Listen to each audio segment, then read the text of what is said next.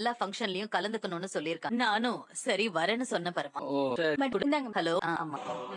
இவன் எதுக்கு இங்க வந்த? கல்யாணம் நடந்து முடியற வரைக்கும் இவனை மண்டபத்துல கூட விடக்கூடாதுன்னு நான் நினைச்சுக்கிட்டு இருக்கேன். ஆனா இவன் என்னடா தேவையில்லாம அட்டன்ஸ் போடுறான். கொஞ்ச நேரத்துல மூக்கு அறுப்பட்டு நிக்க போற. எவ்வளவு திமிரு இருந்து இப்படி எல்லாம் பேசிக்கிட்டு இருப்ப. ஃப்ரெண்டுன்னு சொல்லிட்டு இப்போ உன் வேலையை காமிக்கிறல்ல. கடவுளே என்ன கைவிட்டுடாத. இதோ இளமதி வந்தது.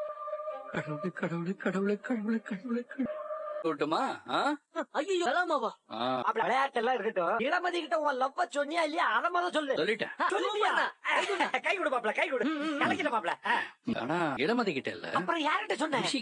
என்னது? ரிஷி கிட்ட சொன்னியா? என்ன மாப்ள சொல்ற நீ? உனக்கு கிறுக்கு இருக்கா புடிச்சிருக்கா? ரிஷி கிட்டனா ரிஷி கிட்டயே இல்ல. ரிஷி கிட்ட நான் இளமதிய விரும்புற விஷயத்த சொல்லி அப்படியே காண்டேத்தி விட்டுருக்கேன். நல்ல வைத்தியம் பிடிச்ச குரங்கு மாதிரி இருக்கு. அண்ணா அவன் சும்மாவே கூத்தாடுவான். நீ வேற அவனை கிளறி வேற விட்ட. ஏய் அப்பதான் அவன் கோல வெறியில ஏதாவது செய்வான். கிட்ட வசமா மாட்டு. அவனை நம்ம வலையில விழ வைக்க. போன் பேசிட்டு இருக்கீங்களா? பேசுங்க பேசுங்க. இல்ல இல்ல மேடம் என்னாச்சு மேடம்? போன்ல யாராவது டென்ஷன் பண்ணிட்டாங்களா? நேர்ல தான் என்னாச்சு மேடம்? பரமனை கூட்டிட்டு போய் பொண்ணு பார்க்க வச்சு வைத்தியம்